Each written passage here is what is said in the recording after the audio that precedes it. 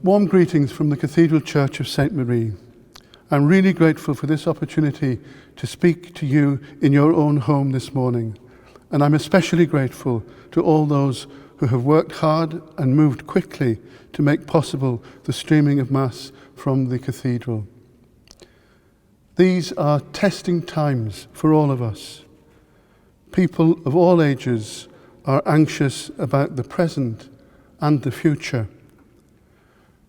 During this time of uncertainty, it is important, I think, for us as a diocesan family to do three things: to keep safe, to keep close to the Lord, to keep in touch.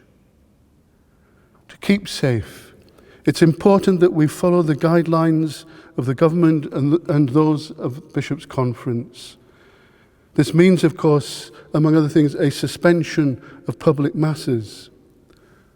This will be difficult for all of us, bishop, priests, and lay faithful. And I realise that for some of the older members of our parishes in particular, who have been used to attending Mass daily all their lives, will find it particularly hard to bear. But this is important if we ourselves are to stay safe and the more vulnerable around us. Keep close to the Lord.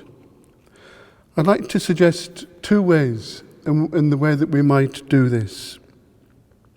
Firstly, through this time, to follow the Mass at home when you can, which we hope to stream regularly from the Cathedral. There are, of course, other Masses streamed from around the world, including that of the Holy Father.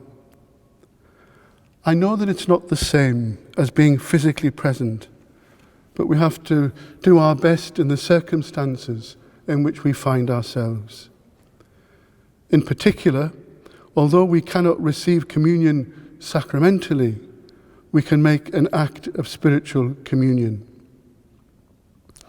An act of spiritual communion that I use and offer to you today is found in the visits of the Blessed Sacrament by St. Alphonsus Liguori. It's a prayer that can be said any time, any place. However, you might find it particularly helpful to pray at communion time when following Mass on stream. My Jesus, I believe that you are present in the most blessed sacrament. I love you above all things, and I desire to have you in my soul.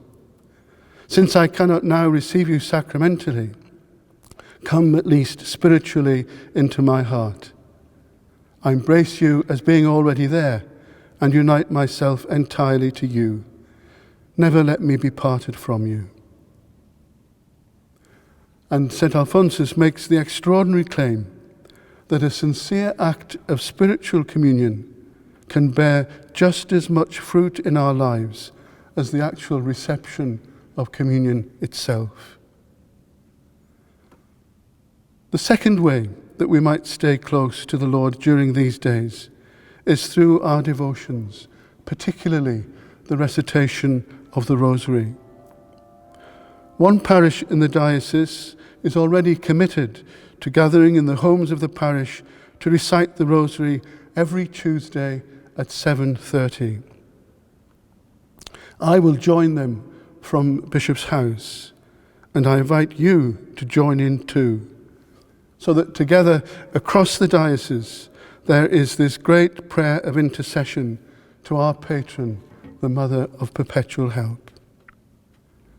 And finally, keep in touch. It's important for us to keep in touch with one another, particularly with the elderly and the more vulnerable and those living alone. We might not all be high tech, but we all have a phone, and no one is further away than a phone call. Let us pray for one another. God bless.